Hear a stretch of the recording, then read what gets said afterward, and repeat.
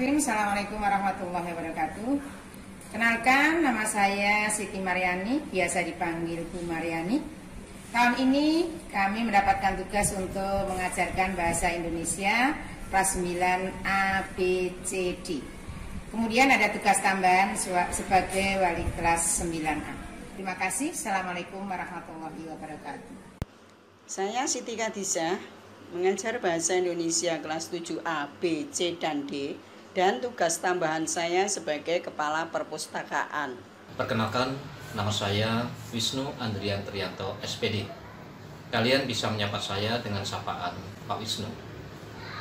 Pada tahun pelajaran ini, Pak Wisnu mendapat tugas sebagai guru bahasa Indonesia kelas 8, khususnya kelas 8 E, F, G, H, dan I. Perkenalkan, nama saya Ibu Indah Sulistriani. Kalian cukup panggil Ibu Indah saja. Saya mengajar mata pelajaran Bahasa Indonesia kelas 7 E, F, G, H, I. Terima kasih. Saya Teguh Widodo, mengajar Bahasa Indonesia kelas 8. Terima kasih. Bismillahirrahmanirrahim. Assalamualaikum warahmatullahi wabarakatuh. Selamat pagi anak-anakku. Apa kabar kalian semua? Kembali lagi dalam acara pembelajaran jarak jauh lewat televisi pendidikan Kota Surakarta. Kali ini bersama kami Bapak Ibu Guru dari SMP 9 Surakarta dalam materi Bahasa Indonesia. Bagaimana pelajaran kalian pada waktu pandemi ini? Kami berharap anak-anak senantiasa dalam kesehatan, senantiasa dalam semangat belajar, dan senantiasa di dalam lindungan Allah Subhanahu wa Ta'ala. Baiklah anak-anak, pagi hari ini kita akan bersama-sama mempelajari teks prosedur materi kelas 7 semester 1. Anak-anakku yang berbahagia, mari kita lihat apa yang akan kita pelajari pada pagi hari ini. Kompetensi dasar yang akan memandu kegiatan kita pada pagi hari ini. Yang pertama, memahami teks cerita moral, fabel, ulasan, diskusi, cerita prosedur, dan cerita biografi, baik lisan maupun tulisan. Yang kedua, menangkap makna teks cerita moral, fabel, ulasan, diskusi, cerita prosedur, cerita biografi, baik lisan maupun tulisan. Adapun tujuan pembelajaran kali ini, anak-anak catat dengan baik supaya nanti anak-anak bisa melaksanakan apa yang menjadi tujuan pembelajaran kita pada pagi hari ini. Yang pertama, peserta didik dapat menjelaskan struktur teks prosedur. Kedua, peserta didik dapat menjelaskan ciri-ciri bahasa teks prosedur. Yang ketiga, peserta didik dapat memaknai kata atau istilah dalam teks prosedur. Terakhir, peserta didik dapat memaknai isi teks prosedur. Baiklah anak-anak, sebelum kita masuk pada materi, akan Bu Guru sajikan sebuah video yang tentunya ini menjadi kebiasaan anak-anak setiap kali akan beraktivitas maupun selesai beraktivitas. Apa itu? Kita simak bersama-sama video tentang cuci tangan yang sesuai dengan anjuran kesehatan.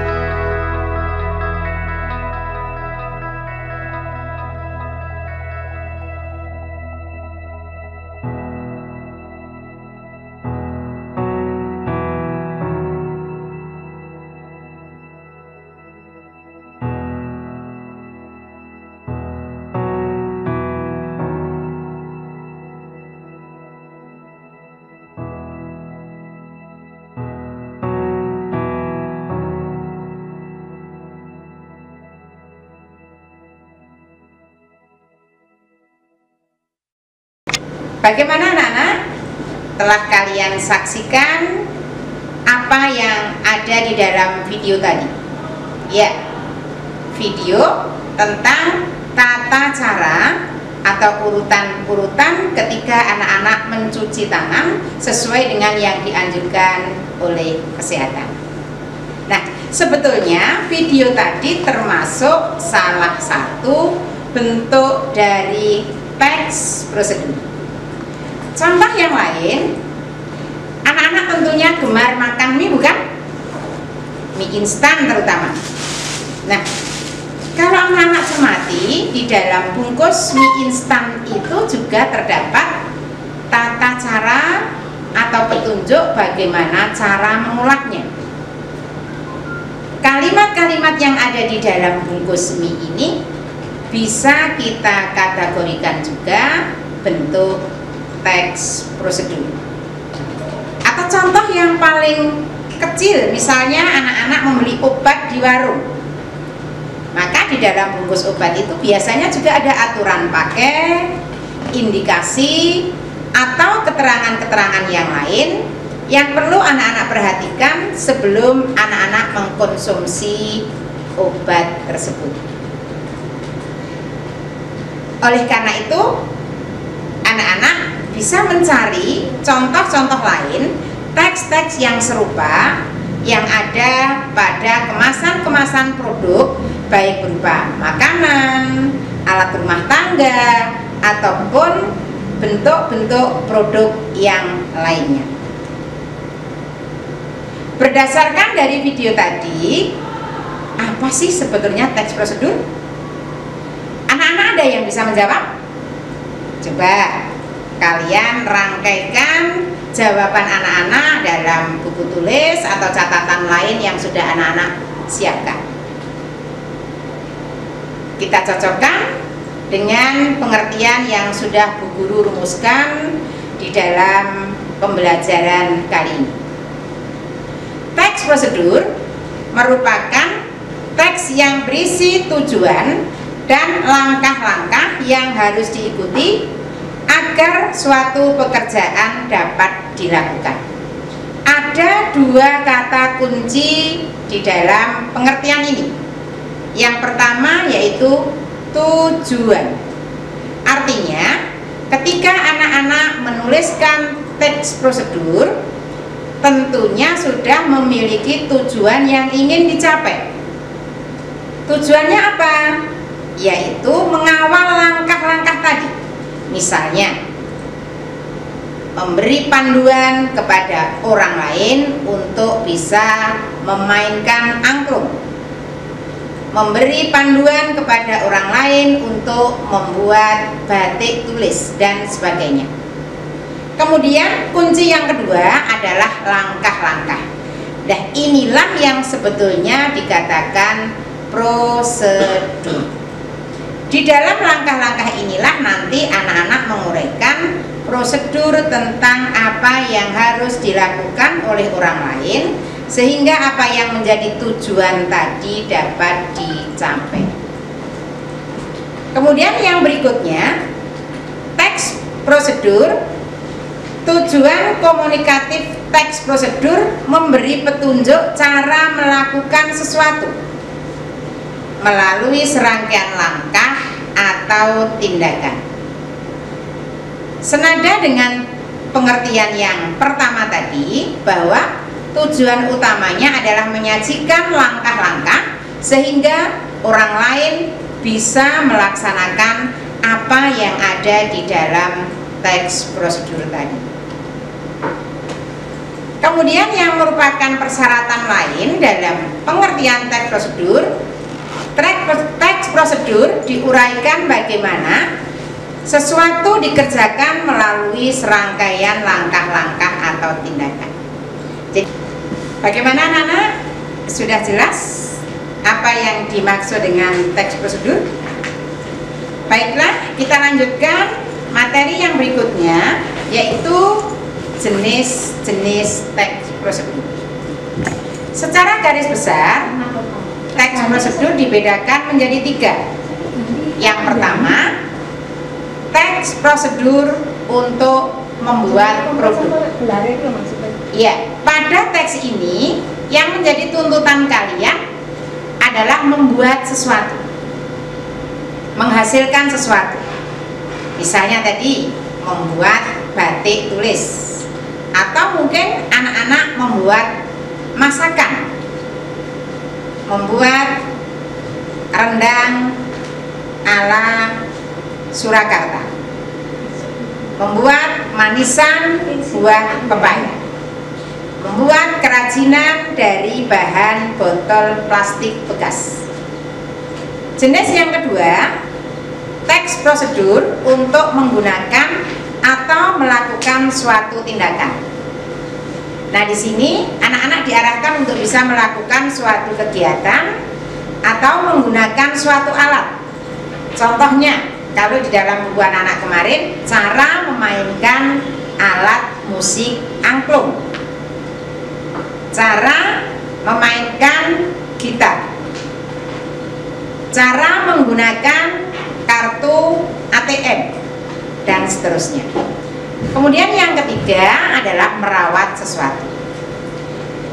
Bu guru yakin anak-anak di rumah punya barang-barang yang mempunyai nilai sejarah, entah itu pemberian orang tua, teman dekat, atau mungkin barang yang dibeli dengan jerih payah sendiri. Nah, biasanya kalau barang-barang ini mempunyai sejarah atau dipandang merupakan sesuatu yang istimewa, akan dirawat baik-baik. Nah, disinilah biasanya anak-anak merawat barang tersebut, tentunya supaya awet melalui prosedur tertentu. Contoh, merawat kain batik sutra, merawat tanaman aglonema supaya daunnya mengkilat misalnya, atau merawat barang-barang berharga yang ada di rumah anak-anak. Jadi secara garis besar, menghasilkan produk, menggunakan atau melakukan sesuatu, dan yang ketiga adalah merawat sesuatu. Kemudian yang berikutnya adalah ciri-ciri teks prosedur. Ciri-ciri teks prosedur meliputi yang pertama, berisi panduan mengenai sesuatu yang harus dilakukan. Apa yang harus anak-anak kerjakan biasanya ditulis di situ secara urut, secara sistematis, sehingga siapapun yang akan melakukan bisa melakukan langkah-langkah itu dengan urut dan menghasilkan sesuai apa yang diinginkan. Yang kedua, cirinya adalah paparan langkah-langkahnya disusun secara urut dan detail. Artinya urut, misalnya ada persyaratan untuk menggunakan sesuatu alat yang tidak bisa ditukar atau dibolak-balik urutannya. Bu guru contohkan tadi misalnya menggunakan kartu ATM. Ini urutannya harus persis seperti apa yang dipandukan, yang biasanya ditempel di dekat dengan mesin ATM tersebut. Detail artinya rinci, misalnya mengenai ukuran, mengenai durasi waktu. Ukuran misalnya, siapkan pita sepanjang setengah sentimeter, potong wortel dalam bentuk dadu 0,5 cm. Kemudian lama misalnya, kurun waktu, rebus sampai kurang lebih setengah jam, sisakan airnya kurang lebih 2 gelas atau yang lain. Jadi betul-betul di situ merupakan rincian atau ukuran yang harus dipenuhi pada saat kita melakukan langkah-langkah tersebut. Kemudian yang ketiga, langkah-langkah dijelaskan secara objektif. Artinya objektif ini siapapun bisa melakukan apa yang diperintahkan atau yang disarankan di dalam langkah-langkah tersebut. Bahasa yang digunakan hendaknya memiliki makna lugas, tidak menimbulkan makna ambigu, artinya banyak penafsiran. sehingga orang lain yang akan melakukan tanpa dibimbing, tanpa ada yang menuntunnya, dia bisa melakukannya dengan tepat. Nah, karena itu diperlukan kalimat singkat untuk memudahkan mengikuti arahan pada teks prosedur. Singkat yang dimaksud, sebaiknya ketika anak-anak mencantumkan langkah, dalam satu butir hanya mencakup satu kegiatan. Kalau misalnya di dalam langkah itu ada 2 atau lebih kegiatan, sebaiknya dijadikan menjadi beberapa bagian, sehingga orang lain yang akan melaksanakan betul-betul bisa melaksanakan secara tepat. Baiklah anak-anak, kita lanjutkan pada materi berikutnya, yaitu struktur teks prosedur. Kalau anak-anak perhatikan, setiap kali anak-anak mempelajari tentang suatu teks, di sana pasti ada struktur teks. Tiap-tiap teks memiliki struktur sendiri-sendiri. Seperti halnya pada teks prosedur kali ini. Ada 4 bagian besar atau bagian utama yang merupakan struktur teks prosedur. Bagian pertama berisi tujuan teks. Tadi di awal Bu Guru sudah menjelaskan pada pengertian teks prosedur ada 2 kunci, yaitu tujuan. Maka di dalam struktur pertama yang harus anak-anak tuliskan nanti adalah tujuan. Dari tujuan inilah nanti anak-anak menuliskan judulnya. Misalnya, memandu orang lain untuk membuat kerajinan berbahan baku limbah kayu. Maka judulnya membuat kerajinan dari limbah kayu. Setiap judul di dalam penulisannya yang harus diperhatikan mengacu kepada tujuan yang telah ditentukan. Kemudian bagian teks yang kedua berisi bahan dan alat. Bahan dan alat sebaiknya dipisahkan di dalam penulisan. Bahan segala sesuatu yang nanti akan menjadi produk atau segala sesuatu yang nanti akan dihasilkan, sedangkan alat adalah alat bantu atau perkakas yang digunakan untuk menghasilkan produk tersebut.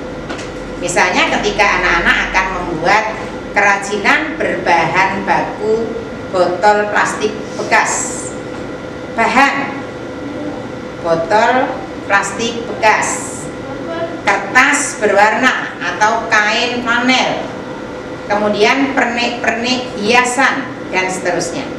Sedangkan alat yaitu perkakas yang dipakai, bisa berupa gunting, pisau, kemudian kayu atau yang lainnya.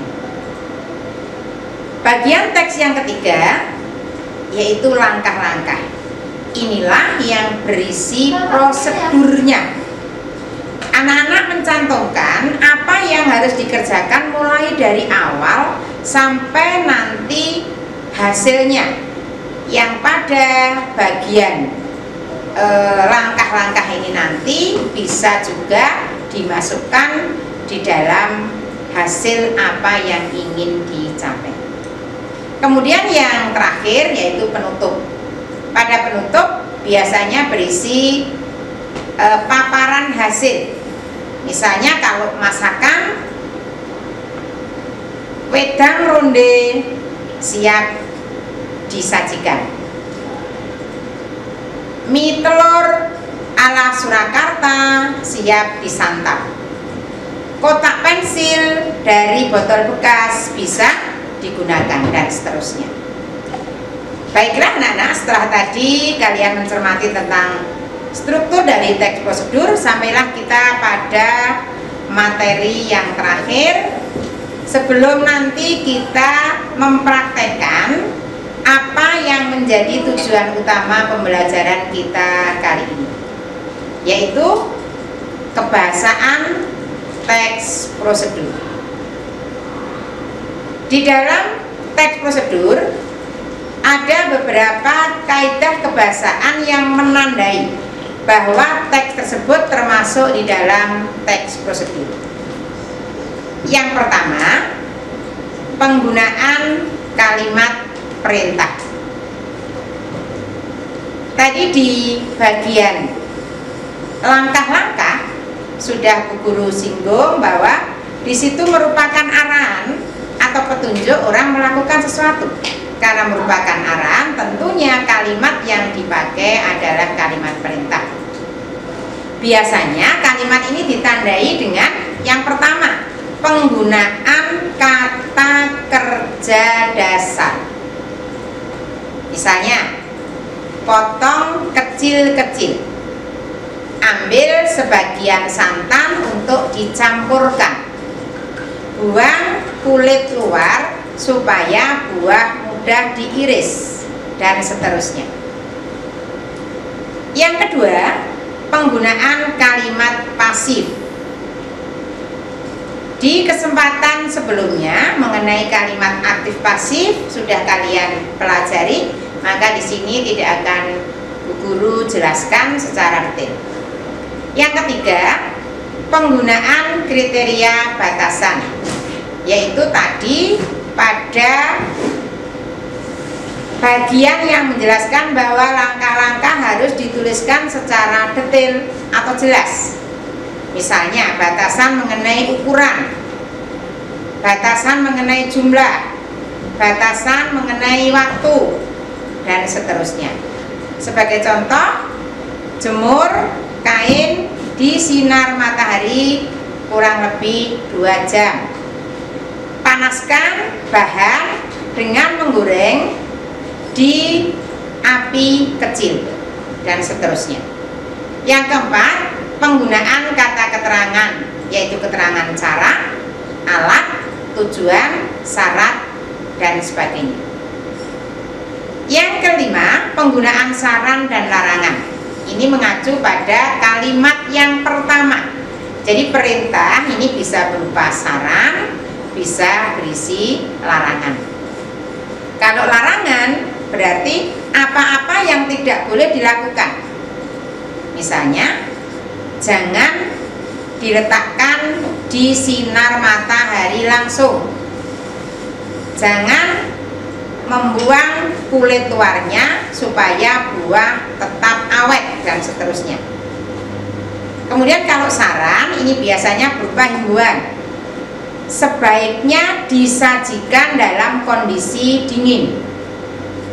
Sebaiknya bagian luar dilapisi dengan kertas atau kain berwarna supaya lebih menarik. Itu kalimat saran. Kemudian yang keenam, penggunaan kata penghubung dan pelesapan. Untuk nomor 6 ini nanti akan Bu Guru jelaskan secara tersendiri. Yang terakhir, penggunaan kata berakhiran i dan kan. Ya. Untuk pelesapan tadi, pelesapan dapat diistilahkan juga dengan penghilangan atau peniadaan. Artinya apa? Kata-kata yang sama dihilangkan tetapi tidak mengurangi makna atau kejelasan dari kalimat yang dimaksud. Misalnya, rebuslah kacang tanah yang sudah dikupas sampai matang.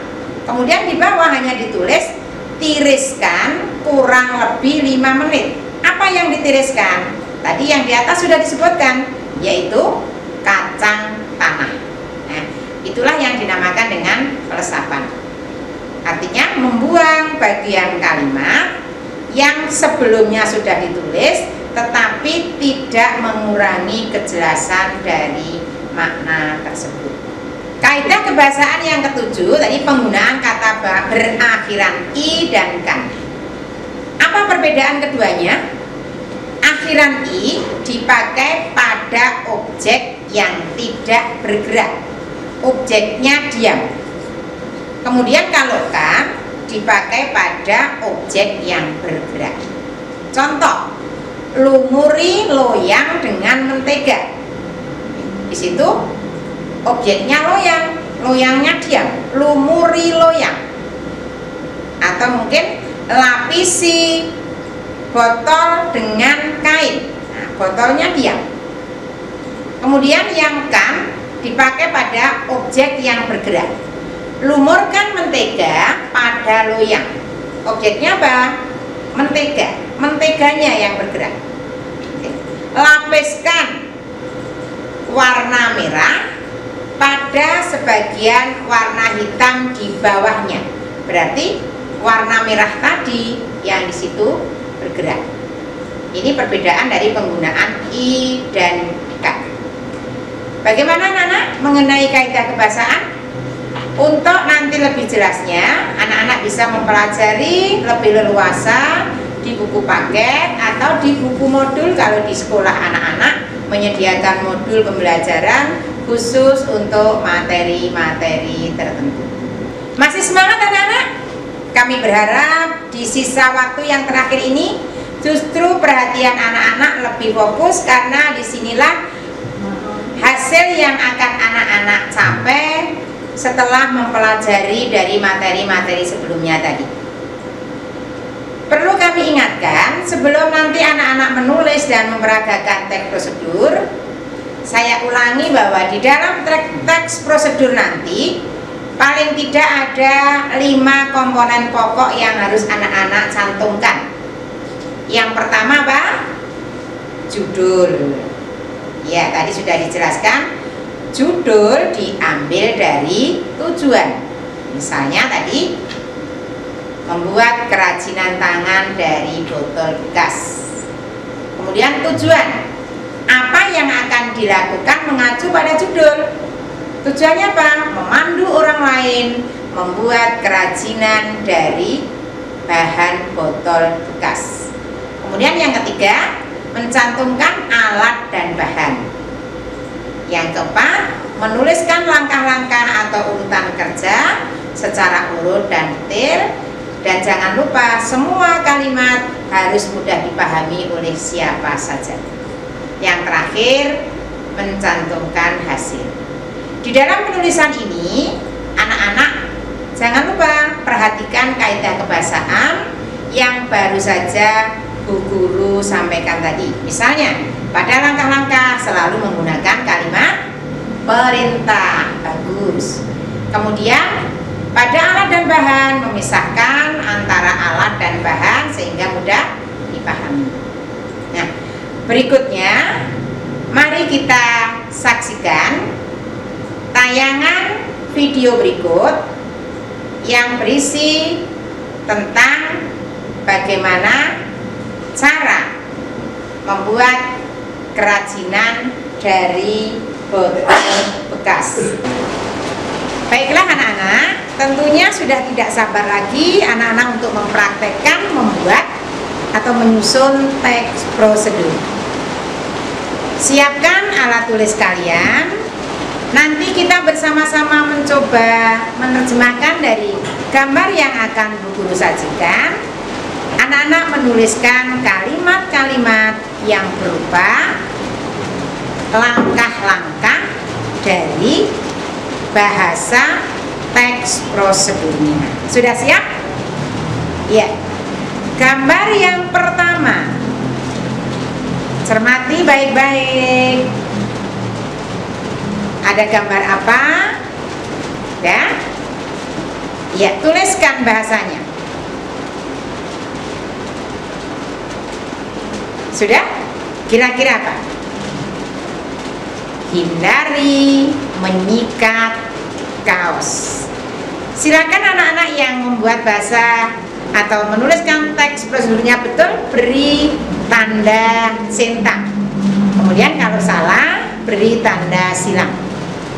Nanti di akhir pembelajaran akan kita lihat siapa yang memperoleh nilai 100, yang 80, atau mungkin yang masih kurang dari 60. Jangan berkecil hati. Kita simak gambar yang kedua. Ya, di situ ada semacam tumpahan noda atau mungkin kecap yang kadangkala ketika anak-anak makan tanpa sadar ini mengenai kaos anak-anak. Ya. Silakan ditulis. Jangan lupa kalimat berupa perintah baik saran, larangan maupun kalimat perintah biasa. Sudah? Coba kita lihat bersama. Jangan membersihkan noda di kaos terlalu lama. Mengapa anak-anak? Karena nanti akan bisa mempengaruhi kain kaosnya itu sendiri. Mungkin warnanya akan pudar atau mungkin ketebalan dari kaos ini akan berkurang. Gambar ketiga. Silakan perhatikan baik-baik. Alat ini ada di rumah anak-anak, terutama untuk membantu ibu rumah tangga yang mempunyai kesibukan banyak, harus menyelesaikan pekerjaan-pekerjaan lain. Ya. Apa anak-anak? Silakan dituliskan. Kita lihat kembali. Jangan mencuci kaos dengan mesin cuci atau dengan mesin. Artinya ketika anak-anak mencuci kaos ini dicuci dengan tangan atau manual. Gambar berikutnya. Bagus, silakan ditulis kembali. Ya. Apa kalimat petunjuknya? Jemur kaos dengan posisi terbalik. Artinya bagian dalam berada di luar, bagian luarnya yang ada gambarnya kita letakkan di bagian dalam. Gambar yang kelima. Ya, silakan tulis kembali. Cocokkan dengan jawaban yang ada. Saat dicuci, rendam sebentar saja supaya lapisan dari gambar yang ada di kaos ini tidak pudar. Terakhir, cermati gambar yang terakhir. Ya, ada gambar apa anak-anak? Setrika. Silakan ditulis.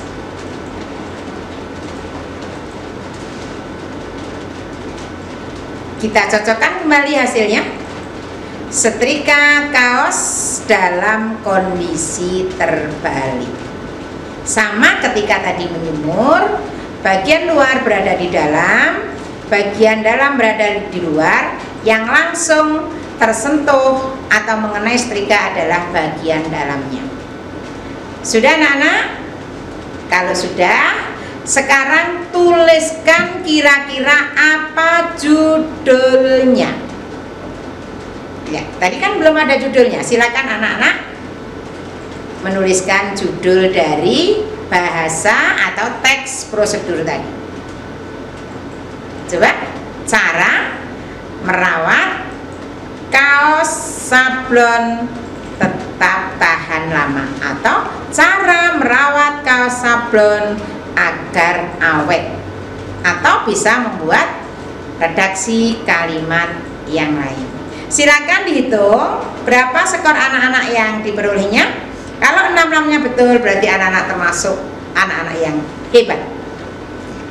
Baiklah, seberapapun skor yang anak-anak peroleh, dan jangan berkecil hati, karena sebentar lagi kita akan membuat bahasa atau teks prosedur, langsung mempraktekkannya. Kali ini kita akan membuat satu bentuk kerajinan yang berbahan baku botol bekas. Di rumah anak-anak tentunya memiliki koleksi alat-alat tulis yang beragam. Biasanya alat-alat tulis ini hanya anak-anak letakkan di meja atau mungkin bahkan diletakkan bertebaran di atas tempat tidur. Padahal kalau anak-anak mau, bisa membuatkan tempat ini atau tempat pensil, tempat alat tulis dengan alat yang sangat sederhana. Bahannya mudah kita dapat di rumah, bahkan cara membuatnya pun begitu mudah. Kali ini kita akan membuat kerajinan yang terbuat dari bahan botol bekas yang anak-anak bisa mendapatkan bahan-bahan ini di rumah. Apa saja yang kita butuhkan? Kita lihat video dan tayangan gambar berikut ini. Pertama, siapkan botol bekas sesuai dengan jumlah yang anak-anak inginkan. Ukurannya pun disesuaikan dengan keinginan anak-anak. Akan membuat kotak pensil ukuran besar atau kecil. Jika besar, siapkan botol ukuran besar. Jika yang anak-anak inginkan hanya kotak pensil kecil, bisa menggunakan botol dengan ukuran 600 ml. Potong botol menjadi 2 bagian. Ukurannya pun disesuaikan dengan yang anak-anak inginkan. Bisa mungkin hanya diambil bagian bawahnya, atau mungkin 2/3 dari ukuran botol yang anak-anak sisakan untuk dibuat kotak pensil. Siapkan pula bahan-bahan lain berupa kertas berwarna, atau kalau kali ini Bu Guru menggunakan kain flanel dengan warna yang bermacam-macam. Ini nanti akan kita pakai untuk membuat lapisan pada bagian luar botol. Selain itu, juga anak-anak bisa mempermanis dengan pita atau mungkin ornamen-ornamen lainnya yang bisa memperindah dari tampilan kotak pensil tersebut. Selanjutnya, lumuri bagian botol tadi dengan lem. Silakan anak-anak bisa memilih lem sesuai dengan tingkat kerekatannya. Bisa menggunakan lem kastol atau mungkin lem yang lainnya. Kemudian tempelkan potongan kain panel atau kertas warna yang sudah disiapkan sampai menutup rapat semua potongan botol. Jadi semua potongan botol harus tertutup sehingga tidak tampak dari luar bahwa kotak pensil ini berasal dari botol bekas. Setelah itu, tempeli dengan hiasan-hiasan yang sudah anak-anak siapkan sebelumnya. Bisa berupa gambar-gambar hewan, bisa berupa motif bunga, atau mungkin pernik-pernik yang lainnya, sehingga pada lapisan luar tersebut terdapat aneka hiasan sesuai dengan selera anak-anak. Jika semuanya sudah terpasang, pastikan bahwa apa yang anak-anak tempelkan pada bagian luar dari botol tersebut dalam kondisi rapi. Di situ anak-anak juga bisa menambahkan pita sebagai list atau pembatas antara bagian bawah dan bagian atas kotak pensil. Inilah kreasi dari kotak pensil yang berbahan baku botol bekas. Menarik bukan? Bagaimana anak-anak? Sudah paham betul kan? Mulai dari tadi pengertian, struktur, kaidah kebahasaan, sampai ketika kita membuat satu bentuk kerajinan tangan yang berbahan baku dari botol bekas. Hasilnya menarik bukan? Bahkan kalau anak-anak mau menekuni ini, bisa menjadi sumber penghasilan tambahan yang bisa dipasarkan mungkin di kalangan teman-teman atau di lingkungan anak-anak yang terdekat. Nah, untuk mengukur keberhasilan anak di dalam mempelajari materi pada pagi hari ini, ada tugas yang akan Bu Guru berikan kepada anak-anak. Anak-anak bisa mencoba nanti di rumah dengan memilih salah satu jenis teks prosedur. Anak-anak bisa memilih teks prosedur yang berisi membuat sesuatu, bisa memilih teks prosedur yang berisi menggunakan atau melaksanakan suatu kegiatan, atau anak-anak bisa memilih teks prosedur yang berisi perawatan. Berdasarkan teks tersebut, anak-anak susun judul, tujuan, langkah-langkah, kemudian anak-anak mempraktekkan pembuatannya. Jangan lupa ketika anak-anak berproses, abadikan dengan memfoto atau membuat videonya, kemudian kirimkan kepada bapak atau ibu guru di sekolah anak-anak masing-masing. Demikian pembelajaran kita kali ini. Ibu guru berharap tetap semangat dan tunjukkanlah kalian adalah anak-anak yang hebat, tidak mau terkendala oleh adanya jarak pembelajaran antara bu guru dengan anak-anak, tetapi anak-anak tetap bisa berkarya, tetap bisa memahami materi-materi pembelajaran dengan etika dan semangat kalian masing-masing. Sekian, selamat pagi. Assalamualaikum warahmatullahi wabarakatuh.